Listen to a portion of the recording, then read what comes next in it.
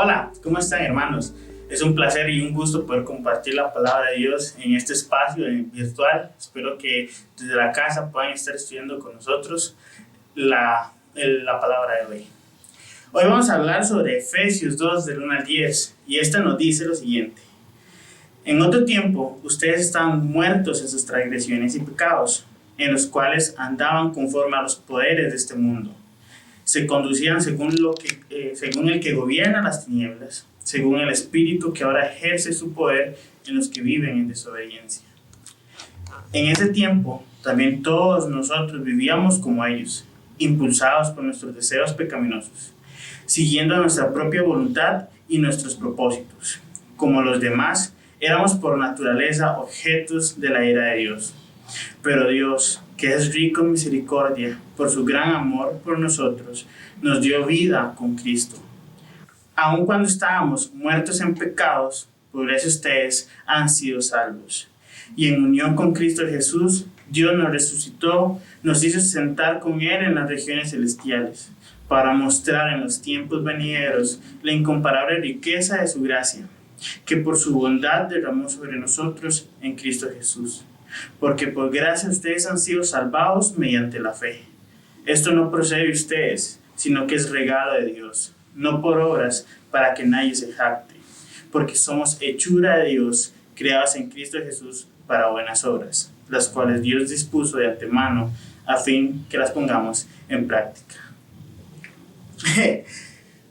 Es curioso porque cuando yo empecé a venir más seguido a la iglesia y dejé de poner tantas excusas para no venir los domingos, me acuerdo que mi abuelita me decía, Drake, el culto es a las 10:45, y yo le ponía cualquier excusa, o le decía que estaba muy cansado, que tenía que dormir, que no, que tenía mucho trabajo, que tenía que salir, le ponía 1001 excusas para no venir a la iglesia. Pero cuando ya dejé esa vida de rebeldía y empecé a venir más seguido a la iglesia, se me empezaron a abrir algunas puertas.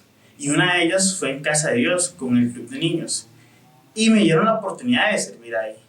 Y fue raro para mí, fue algo que me dejó loco porque ahora tenía que aprender a enseñarle a niños a través de dramas, a través de vivencias de ellos del día a día. Y también tenía que aprender a entretenerlos. Para mí era algo como nuevo, algo que me impactó en mi vida. Y aún más, el día que me dijeron, Drake, esta fecha le toca servir, le toca dar la enseñanza. Ese día, yo les puse un sinfín de por qué no podía venir. Les dije, es que mi perro se murió. Les dije que mis hermanos tenían que cuidarlos, les dije que tenía que salir con mi mamá, les puse un montón de peros. Y es curioso porque siempre que se nos abre la puerta del servicio, siempre que nos ofrecen esa, muchas veces solemos poner esos, es que no puedo, es que tal cosa, y no sé en el caso de ustedes, pero en mi caso yo lo hago porque o me da vergüenza, o no me siento con la capacidad para hacerlo, no siento que tenga la habilidad necesaria para hacerlo, o simplemente no quiero servir en ese momento. No sé si a ustedes les ha pasado estas ideas en su cabeza, no sé si alguna vez esto les ha frenado, porque en mi caso, esto me ha frenado de servir muchas veces. Y si a ustedes también esto los ha frenado, quiero que me acompañen a ver este proceso hacia el servicio que Dios nos revela en su palabra. Cuando vemos esta lectura que acabamos de hacer, es Dios llevando a la humanidad de un punto A a un punto B. Es Dios llevando a la humanidad del pecado hacia la vida por medio de la muerte de su Hijo Cristo. Y vamos a ver cómo esto responde a nuestra interrogante de ¿por qué tengo que servir? ¿Okay? Vamos a ver qué nos dice al puro inicio de Efesios 2. Nos dice, en otro tiempo, ustedes estaban muertos en sus transgresiones y pecados, en las cuales andaban conforme a los poderes de este mundo, se conducían según el que gobierna las tinieblas, según el espíritu que ahora ejerce su poder en los que viven en la desobediencia.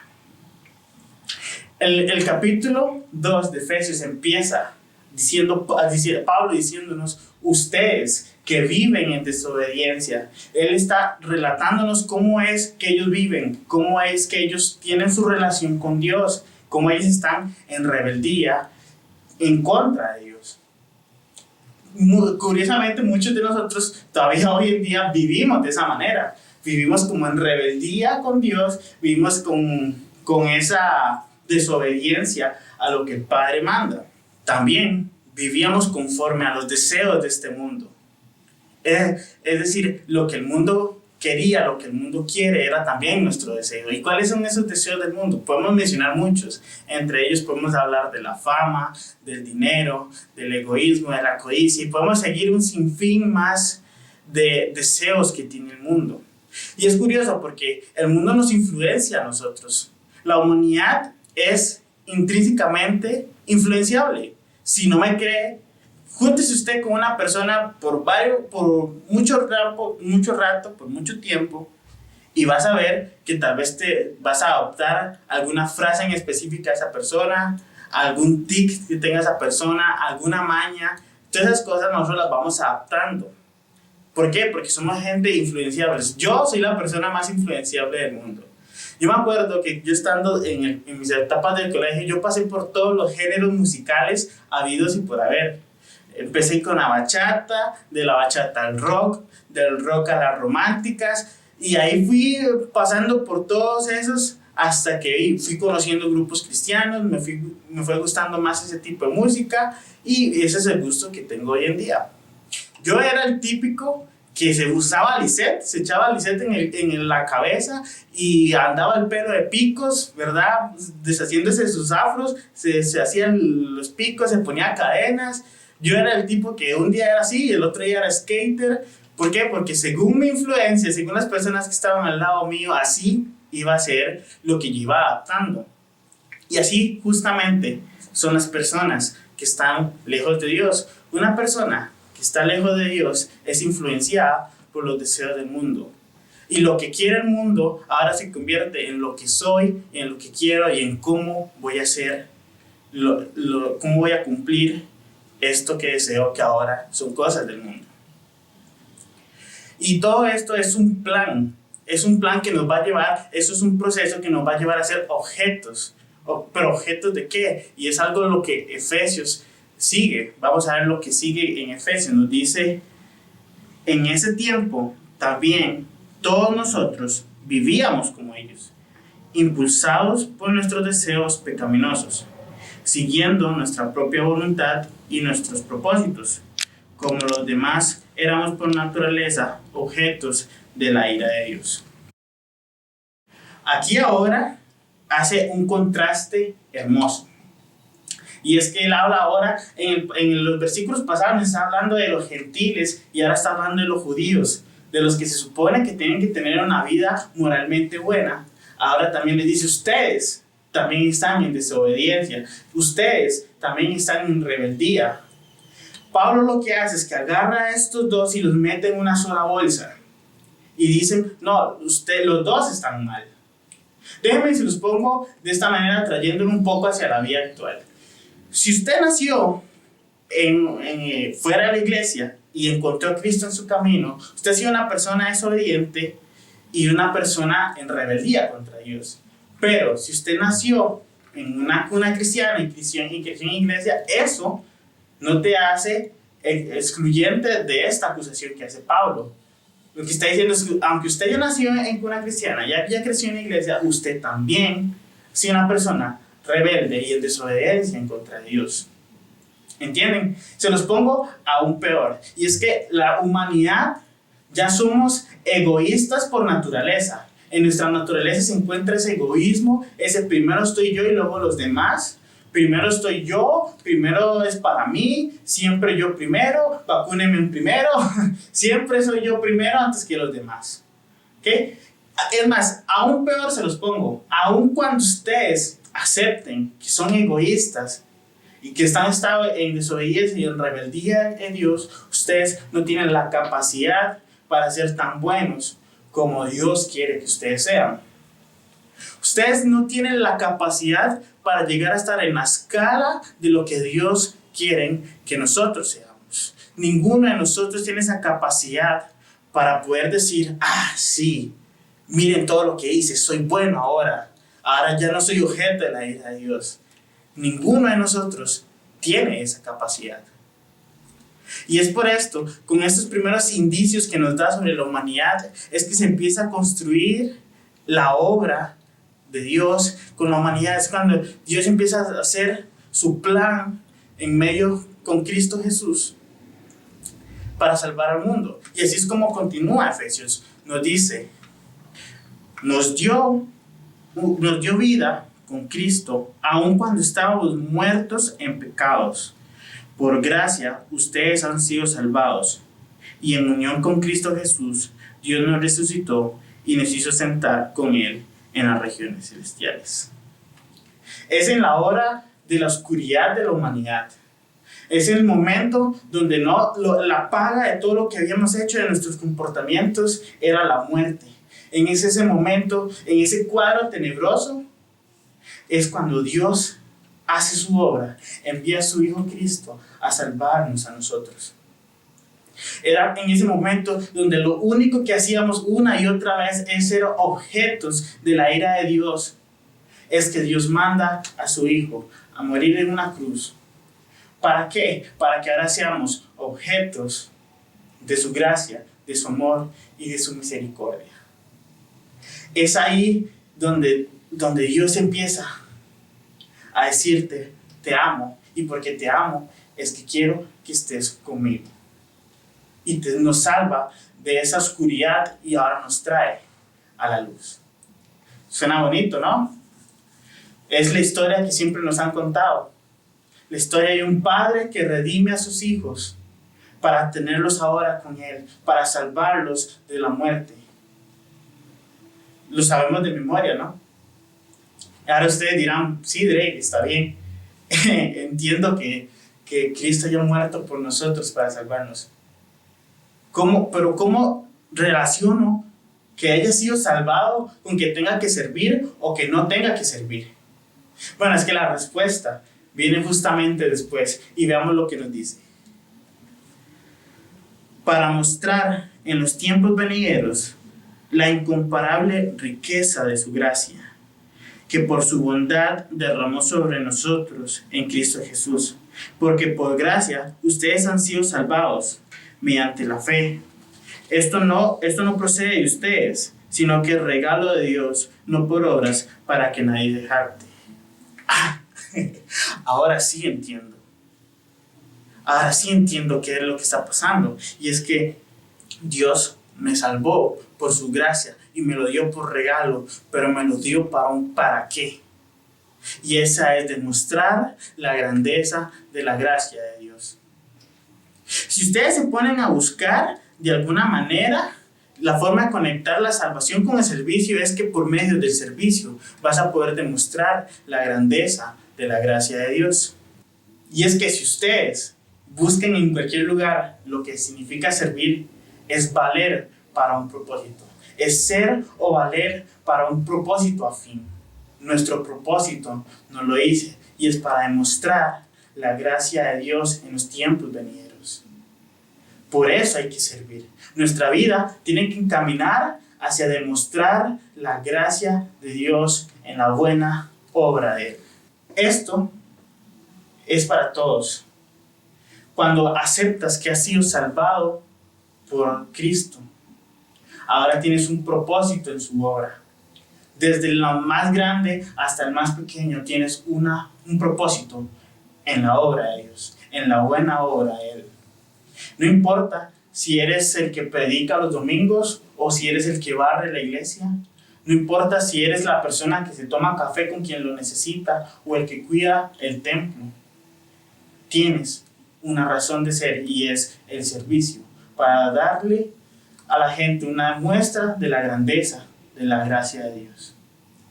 Si aún a este punto no te he convencido de que tu vida tiene que caminar hacia el servicio, tu vida tiene que caminar hacia la buena obra de Dios, déjame intentar una cosa más. Déjame demostrarte algo que va un poquito más allá. Y es que Efesios del 1 al 10 concluye de una forma preciosa. Vamos a leerla. Dice: Porque somos hechura de Dios, creados en Cristo Jesús para buenas obras, las cuales Dios dispuso de antemano a fin que las pongamos en práctica. Dios no salva a Drake porque Drake hace muchas cosas. Dios no salva a Drake porque Drake sea bueno en lo que hace. No, Dios salvó a Drake para que él trabajara en su buena obra.